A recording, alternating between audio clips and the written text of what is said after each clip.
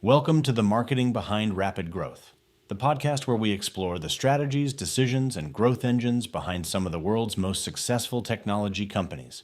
Today we're talking about Webflow. Picture an invoice. 6 figures, billed by a web agency to a client. Now picture the person actually doing the work behind that invoice.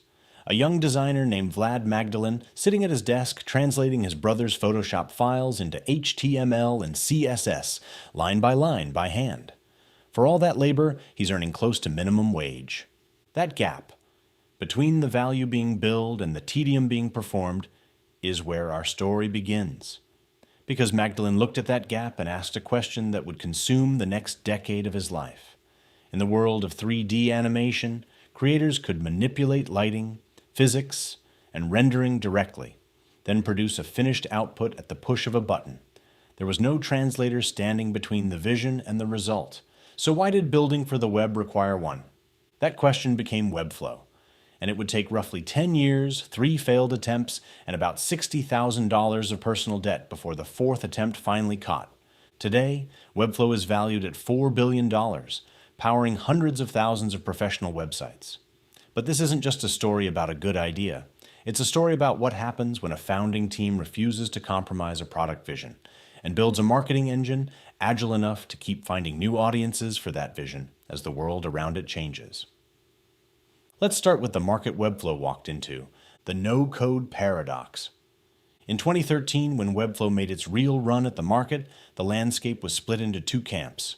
On one side, simple drag-and-drop site builders built for absolute beginners, templated, rigid, limited. On the other side, content management systems like WordPress, which dominated the professional market but demanded real coding skill and a tolerance for fragile, bolted-together plugins. The prevailing wisdom in the industry was that you couldn't have both. A visual tool that produced clean, production-grade code was considered close to a fantasy. Adobe had tried something like it and backed away. Investors told Magdalin directly that visual development platforms lived in a valley of death, too complicated for small business owners, not powerful enough for real engineers. Webflow's answer was to reject the premise of that question entirely. It wasn't trying to win over total beginners. It wasn't trying to replace back-end engineers either. It went after the group sitting in between.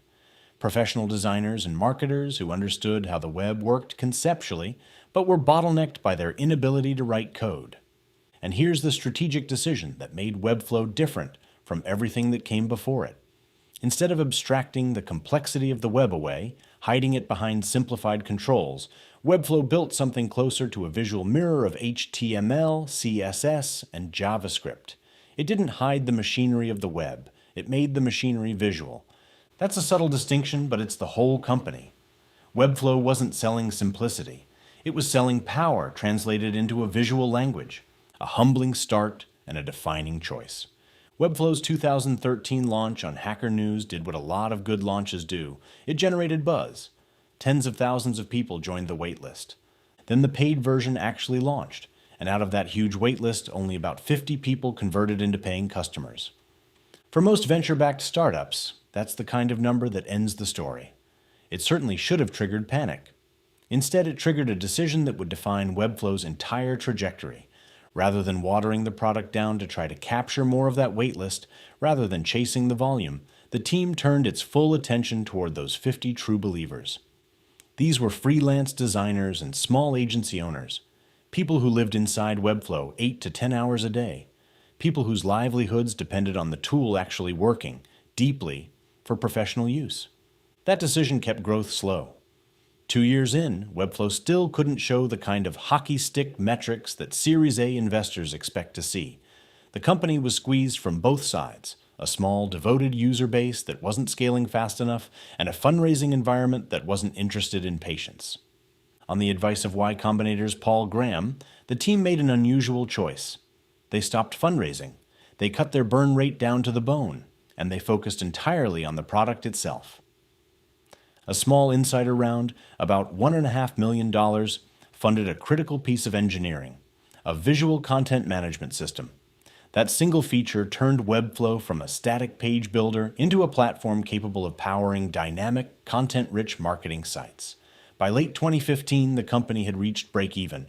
This is worth sitting with for a moment, because it's a genuinely uncommon sequence in startup history. Webflow didn't scale its way to product-market fit. It constrained its way there by narrowing its focus to a core user group and refusing to dilute the product to satisfy an investor's growth curve. From builder to website experience platform. Over the next decade, Webflow evolved from a single-player design tool into what the company now describes as a website experience platform. And the way it evolved tells you a lot about its discipline. As the business grew, there was constant pressure to move upmarket, to chase large enterprise contracts. Webflow deliberately resisted that pull for years. Early on, it turned away lucrative enterprise deals, worried that building custom features for big corporations would pull focus away from the freelancers and agencies who had built the company's foundation. Webflow waited. It moved into enterprise only once it had real scale, and notably, once many of its own early customers had themselves grown into companies that needed enterprise-grade security, governance, and collaboration tools. The expansion into enterprise wasn't a strategic pivot chasing a new market. It was organic growth, following its existing customers upward. More recently, Webflow has widened its lens again, this time around the full life cycle of a marketing team. In 2024, it made its first acquisition, buying an AI personalization and optimization company and folding those capabilities directly into its design canvas. From there, it launched tools for A/B testing and journey tracking, letting marketers run experiments without stitching in third-party software. And just as revealing as what Webflow built is what it chose to cut. It sunset a native logic feature in 2025 and a native user accounts feature in early 2026. Those aren't small decisions. They're a public statement. Webflow has no interest in becoming a platform for complex database-driven applications. It wants to be unambiguously excellent at dynamic, SEO-friendly, visually polished marketing websites. And it's comfortable leaning on a partner ecosystem for anything outside that lane. That kind of restraint is rare. Most growing companies try to say yes to everything. Webflow kept saying no, on purpose. Marketing as the engine. Here's where the story shifts from product to distribution, because Webflow's product alone didn't scale the company. Its marketing did an enormous amount of that work. The team understood something early that a lot of SaaS companies miss. You cannot market a product with a steep learning curve the same way you'd market a simple tool. So instead of hiding the complexity, Webflow leaned directly into it through education. Webflow University became a large library of polished, genuinely well-produced video tutorials. It didn't just teach people how to click buttons inside the software. It taught the underlying fundamentals of web design itself. That's a crucial distinction. Webflow was investing in making its users better designers, not just better software operators. In doing that, it turned its own learning curve, which could have been a liability scaring users away, into a competitive moat. Once someone invests real time mastering Webflow, they're not just a user. They're skilled in a way that's portable to their whole career and loyal to the platform that built that skill. Now here's the sharpest, most current example of Webflow's marketing agility. And it says a lot about how the company thinks about distribution generally. As large language models like ChatGPT and Perplexity started reshaping how people search for information, Webflow moved early into what's called answer engine optimization. Essentially, optimizing content to be found and cited by AI systems, rather than just ranked by traditional search engines. Working with an organic growth firm, Webflow pursued a specific set of tactics. It published content answering highly specific long-tail questions. It rewrote page headers to mirror the actual questions people ask AI assistants so that models could more easily extract and cite that content. And it built a genuine non-promotional presence on Reddit, a platform that turns out to be a major source of the conversational context large language models draw from. The results were substantial. Webflow roughly doubled its signups coming directly from AI systems. And that AI-sourced traffic converted at about 6 times the rate of its non-brand search traffic. Sit with that number for a second. 6 times the conversion rate. That's not a marginal channel optimization. That's proof that adjusting distribution strategy and content structure can move the business's bottom line almost independently of any change to the product itself.